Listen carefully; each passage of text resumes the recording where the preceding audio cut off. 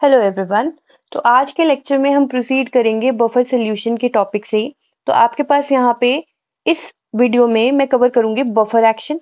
ठीक है, buffer action के बाद मैं देखूंगी buffer action of ammonium acetate solution, buffer action of acidic buffer and buffer action of basic buffer. तो प्रोसीड करते हैं। तो आपके पास पहले तो डेफिनेशन है बफर एक्शन की। इसमें कुछ नहीं है, it is the ability of the buffer solution to resist change in pH on addition of small amount of acid और ऑफ बेस। ठीक है, तो ये आपका बफर एक्शन होता है। दोबारा से, it is the ability of the buffer solution, ठीक है, to resist change in pH on addition of small amount of acid और अ बेस। तो ये आपने बफर एक्शन पढ़ लेना है, डेफिनेशन पढ़ लेनी है। ठीक है, अब यहाँ पे buffer action of ammonium acetate solution है, तो ये देखते हैं इसमें क्या होता है। आपके पास यहाँ पे अमोनियम एसीटेट सोल्यूशन क्या है, अमोनियम एसीटेट कैसे बना होगा, weak acid plus weak base से। तो आपके पास यहाँ पे ये क्या है, सिंगल सॉल्ट का एक्वस सोल्यूशन लेंगे हम यहाँ पे, aqueous solution of single salt, ठीक है, which is the salt of weak acid plus week base. ठीक है, तो इसको डिसोसिएट करवाएंगे, डिसोसिएट करेगा ये एसीटेट आयंस में। ठीक है, एक्वस मीडिया में हो रहा है ये पूरा रिएक्शन, और साथ में अमोनियम आयंस में। ठीक है, अब आपका बफर की डेफिनेशन क्या कहती है, बफर सोल्यूशन वो सोल्यूशन है जिसके पीएच में कोई चेंज नहीं आता अगर आप स्मॉल अमाउंट ऑफ एसिड या स्मॉल अमाउंट ऑफ बेस डालते हैं। तो मैं एक एक करके पहले स्मॉल अमाउंट ऑफ एसिड डाल के देखती हूँ उसमें, फिर स्मॉल अमाउंट ऑफ बेस डाल के देखूंगी। ठीक है, तो लिख लो, on adding small amount of acid,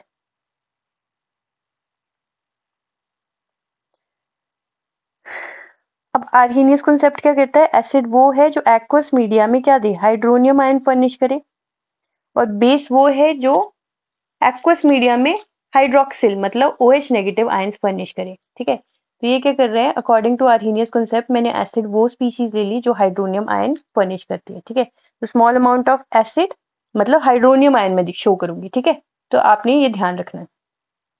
अब स्मॉल अमाउंट ऑफ एसिड मैं एसीटेट आयंस के साथ रिएक्ट करवाऊंगी, क्योंकि आपके पास H पॉजिटिव आयंस है ना, H2O पॉजिटिव आयन में क्या होगा, H पॉजिटिव आयन होगा। H positive ion ammonium ion से तो रिएक्ट नहीं करेगा, तो फिर किससे करेगा, एसीटेट आयन से रिएक्ट करेगा। आपके पास यहाँ पे बन जाएगा CH3COOH इन एक्वस मीडिया। ठीक है, एक्वस लिखना नहीं भूलना। ठीक है, तो यहाँ पे आपके पास ये जो है acetic acid that is poorly dissociated. ठीक है, पुअरली डिसोसिएटेड होता है ये,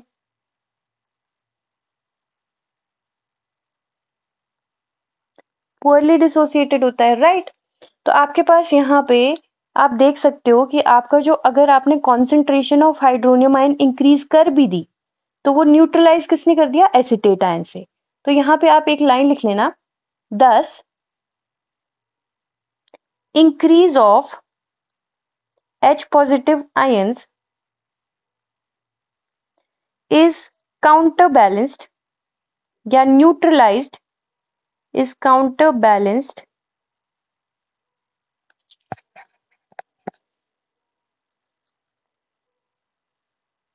bye CH3COO negative due to formation of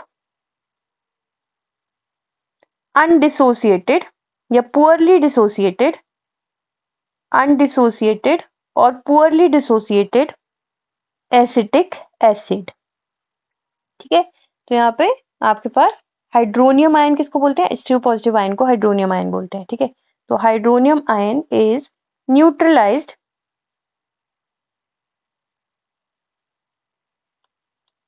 bye acetate ions. Acetate क्या होता है, एसिटिक एसिड से हाइड्रोजन निकाल दो, H पॉजिटिव निकाल दो, क्या बचेगा, CH3COO नेगेटिव, तो एसिटेट उसे बोलते हैं। ठीक है, therefore the pH remains, therefore pH of the solution will remain unaltered, of the solution remains unaltered। समझ में आया ना, क्या हुआ, आपने स्मॉल अमाउंट ऑफ एसिड डाला, वो कंबाइन कर दिया एसिटेट आयंस के साथ, बना दिया एसिटिक एसिड जो कि पुअरली डिसोसिएट करता है। अब पुअरली डिसोसिएट करता है जिसकी वजह से आपका जो अगर आप इंक्रीज ऑफ दस द इंक्रीज ऑफ है ना, अगर आप H पॉजिटिव आयंस डालते भी हो तो वो काउंटर बैलेंस हो जाते हैं by your acetate ions due to the formation of undissociated this, ठीक है, जिसकी वजह से H पॉजिटिव आयंस तो रहे ही नहीं सोल्यूशन में। अब क्योंकि H पॉजिटिव आयन रहे ही नहीं है सोल्यूशन में तो पीएच कैसे चेंज होगा, है ना, तो पीएच रिमेन्स अनऑल्टर्ड। वैसे अगर मैं स्मॉल अमाउंट ऑफ बेस डाल दूं तो क्या होगा, तो on adding small amount of OH negative ions, base है ना, बेस वो होता है जो OH नेगेटिव आयन फर्निश करता है अकॉर्डिंग टू आर्हेनियस कॉन्सेप्ट, ठीक है। तो आपके पास यहाँ पे बेस है तो वो एसिटेट आयन से तो रिएक्ट नहीं करेगा, नेगेटिव नेगेटिव आपस में नहीं रिएक्ट करते, किससे करेगा फिर, अमोनियम आयंस जो आपके सोल्यूशन में पड़े हुए हैं, ठीक है। Ammonium ions in aqueous media will react with hydroxyl ions in aqueous media to form क्या, टू फॉर्म अनडिसोसिएटेड या पुअरली डिसोसिएटेड अमोनियम हाइड्रोक्साइड। अब मैं पुअरली डिसोसिएटेड या अनडिसोसिएटेड क्यों बोल रही हूँ इनको, क्योंकि ये वीक बेसिस है, ये वीक बेस है ना। वैसे आपके पास एसिटिक एसिड क्या है, वीक एसिड है, ये वीक एसिड है ना, दिस इज वीक एसिड, जिसकी वजह से ये वीकली डिसोसिएटेड या पुअरली डिसोसिएटेड या अनडिसोसिएटेड रहता है, ठीक है। तो अब आपके पास ये वीक बेस है तो वीक बेस के कारण ये अनडिसोसिएटेड रहेगा तो बैकवर्ड रिएक्शन नहीं फेवर करेगा, हाइड्रोक्सिल आयन नहीं फर्निश होंगे तो आपके हाइड्रोक्सिल आयन कंज्यूम हो गए। तो आपके यहाँ पे एक और लाइन लिख सकते हो, आप लिख सकते हो यहाँ पे कि OH negative ions are neutralize या is neutralized by ammonium NH4 positive ions, ठीक है। तो ये लिख लेना, therefore the pH remains, therefore pH is equal to unaltered, ठीक है, ऑल्टर्ड रहता है, ठीक है। तो इसमें आपने देखा कि स्मॉल अमाउंट ऑफ एसिड डाल दिया, स्मॉल अमाउंट ऑफ बेस डाल दिया, तब भी पीएच पे कोई फर्क नहीं पड़ा, ठीक है। तो ये क्या है आपके पास बफर सोल्यूशन है। अब नेक्स्ट है आपका buffer action of acidic buffer. अब इसमें क्या होगा, तो आपके पास यहाँ पे मैं एसिडिक बफर की बात करूं तो हमने कल भी बात की थी, weak acid and it's salt with strong base, it's salt with strong base, क्या होगा जल्दी से बताओ। आपके पास यहाँ पे एसिटिक एसिड है वो पार्शियली आयनाइज करेगा एसिटेट आयंस में, साथ में H पॉजिटिव आयंस फर्निश कर देगा, ठीक है। एक्वस मीडिया में हो रहा है ये सारा कुछ।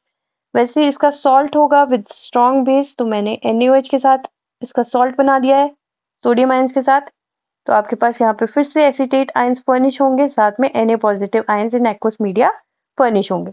तो आपके पास यहाँ पर CH3COO नेगेटिव एक्सेस में है तो कॉमन आयन इफेक्ट लग सकता है। कॉमन आयन इफेक्ट क्या होता था, याद करो, कॉमन आयन इफेक्ट क्या होता था कि आपके पास सपोज एक वीक एसिड की डिसोसिएशन करा रहे हो आप, ठीक है, या वीक बेस की डिसोसिएशन करा रहे हो तो उसमें रिडक्शन, तो reduction in the degree of dissociation of either a weak acid और a weak base on adding a strong electrolyte. तो ये स्ट्रॉन्ग इलेक्ट्रोलाइट यहाँ पे है क्योंकि ये स्ट्रॉन्ग बेस से और वीक एसिड से बना है तो स्ट्रॉन्ग इलेक्ट्रोलाइट है which furnishes ion common with the product ion of the weak electrolyte, ठीक है। तो यहाँ पे कॉमन आयन इफेक्ट लग गया।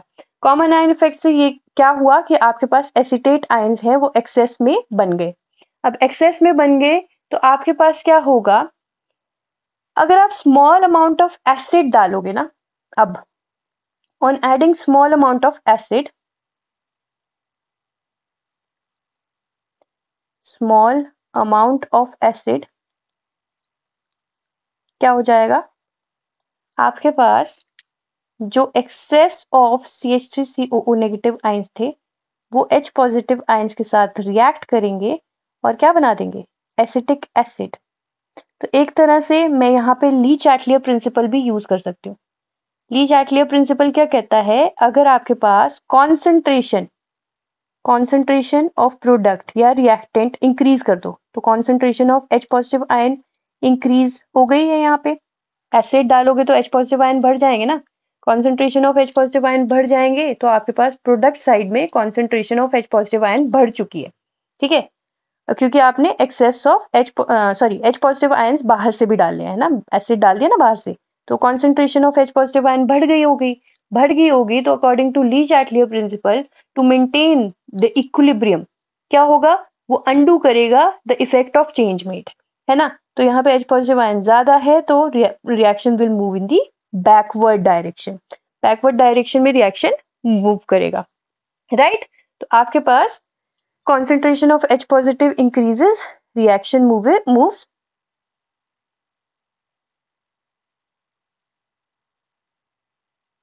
towards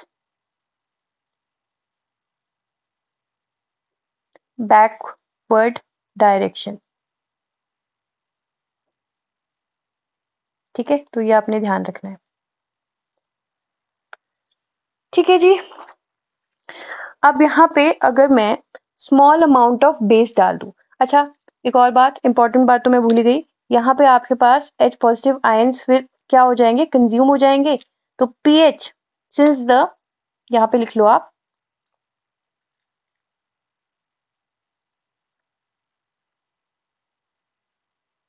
thus the H3O positive ions are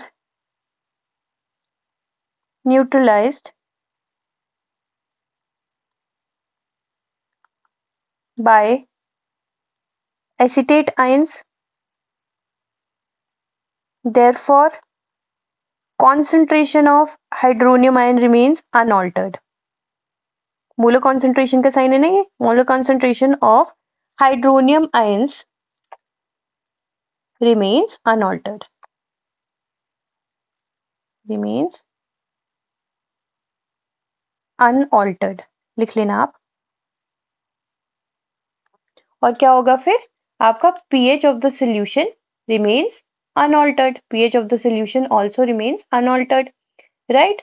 फिर आपके पास अगर मैं स्मॉल अमाउंट ऑफ बेस डाल दूं अब इसमें, तो फिर से इक्वेशन देख लेते हैं। आपके पास अगर मैं बेस डाल देती हूँ तो ये आपका केमिकल इक्वेशन है। बेस किसके साथ रिएक्ट करेगा, पॉजिटिव चार्ज के साथ ना। तो आपके पास यहाँ पे एसिड बेस रिएक्शन हो सकता है, फिर से ये H पॉजिटिव आयंस कंबाइन कर सकते हो उस बेस के साथ। तो on adding small amount of base जो कि OH नेगेटिव आयन फर्निश करेगा, OH negative here H positive will react with OH negative ions, ठीक है, टू फॉर्म क्या, to form undissociated water molecule, इसको H3O पॉजिटिव कर लेना, ठीक है, to form undissociated water molecules.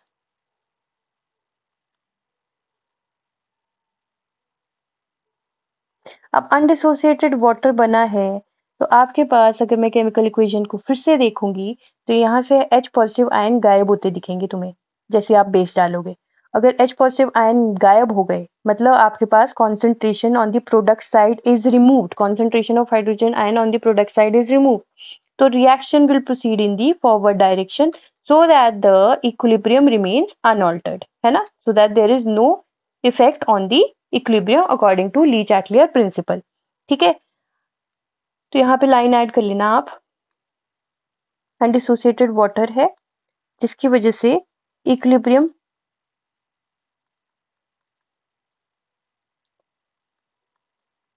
shifts in the forward direction,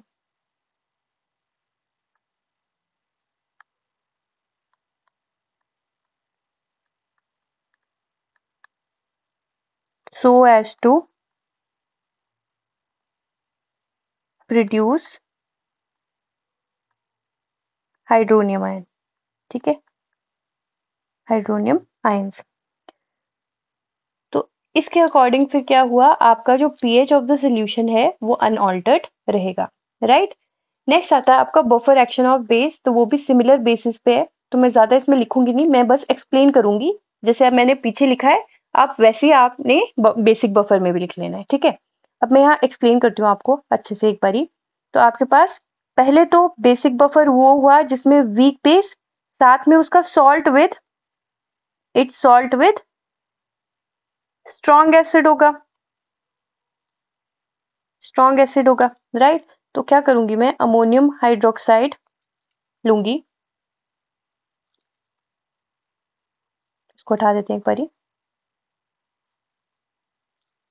तो मैंने क्या किया, मैंने अमोनियम हाइड्रोक्साइड लिया जो कि वीक बेस है। एक्वस मीडिया में क्या करेगा, फर्निश कर देगा अमोनियम आयंस साथ में हाइड्रोक्सिल आयंस, राइट राइट। और इसका सॉल्ट विद स्ट्रॉन्ग बेस क्या होगा, ammonium chloride, sorry strong acid क्या होगा, अमोनियम क्लोराइड, राइट, जो फर्निश करेगा ammonium ions in aqueous media साथ में chloride ions in aqueous media, right. अब क्योंकि आपके पास according to common ion effect, पहले तो मैं ये देखूंगी कि यहाँ पे अमोनियम आयंस एक्सेस में हो गए, ठीक है। अब कॉमन आयन इफेक्ट के अकॉर्डिंग क्या होता है, there is reduction in the degree of dissociation of the weak electrolyte. तो ये आपका यहाँ पे degree of dissociation of ammonium hydroxide घट जाएगी, ठीक है। तो अब हम क्या करेंगे, हम हम एक काम करते हैं, हम इसमें स्मॉल अमाउंट ऑफ एसिड डाल के देखते हैं। सबसे पहले हम बेस डाल के देखेंगे। तो बेस क्या करेगा, आपके पास जो अमोनियम आयंस है उसके साथ रिएक्ट कर जाएगा on adding small amount of base. Ammonium ions react कर जाएंगे एट OH नेगेटिव आयंस के साथ, ठीक है। तो बना देंगे ये अमोनियम हाइड्रोक्साइड। अब ये कैसे रहता है, पुअरली डिसोसिएटेड या अनडिसोसिएटेड फॉर्म में, पुअरली डिसोसिएटेड या अनडिसोसिएटेड फॉर्म में रहेगा, ठीक है। तो आपके जो OH नेगेटिव आयंस है वो क्या हो गए, न्यूट्रलाइज हो गए विद दी अमोनियम आयंस, ठीक है। अब OH आयंस से तो कोई फर्क नहीं पड़ा क्योंकि वो कंप्लीटली न्यूट्रलाइज हो गए विद योर अमोनियम आयंस और बना दिया पुअरली डिसोसिएटेड अमोनियम हाइड्रोक्साइड। अब ये कहीं से हिलने नहीं वाला, ठीक है, ये OH नेगेटिव आयन वापस से फर्निश नहीं करने वाला। वैसे अगर मैं स्मॉल अमाउंट ऑफ एसिड डाल दूं, अगर मैंने हाइड्रोनियम आयन डाल दिए सपोज, तो क्या होगा, आपका OH नेगेटिव आयंस के साथ वो रिएक्ट कर जाएगा। OH नेगेटिव आयंस के साथ जब रिएक्ट करेगा फिर से क्या बना देगा, आपके पास यहाँ पे वाटर बना देगा which is again poorly dissociated.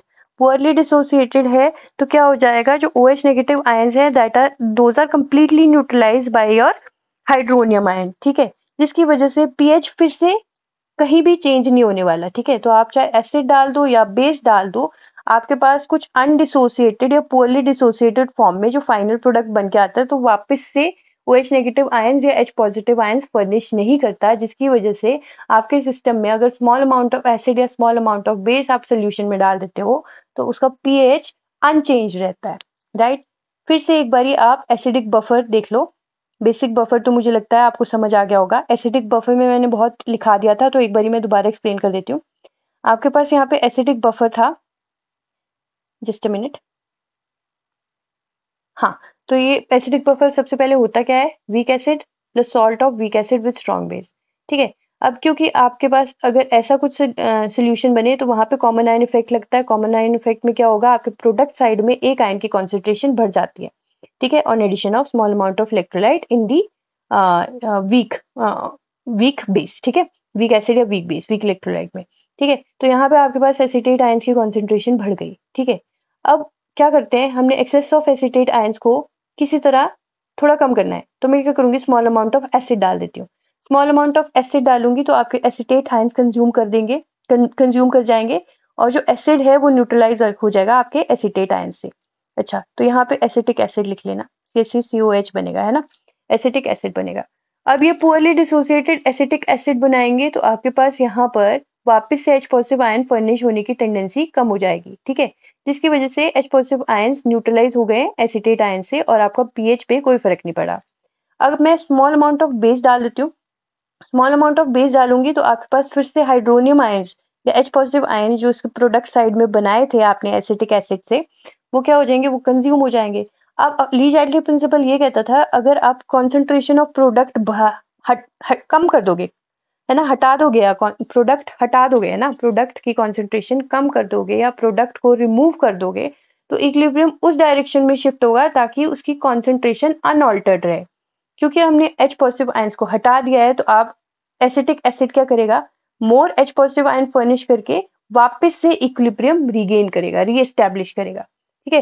तो जिसकी वजह से क्या होगा, अगर आप स्मॉल अमाउंट ऑफ बेस भी डालते हो तो वो भी pH को आपकी बफर सोल्यूशन की pH को चेंज नहीं करता, ठीक है। So that is all for this video, thank you.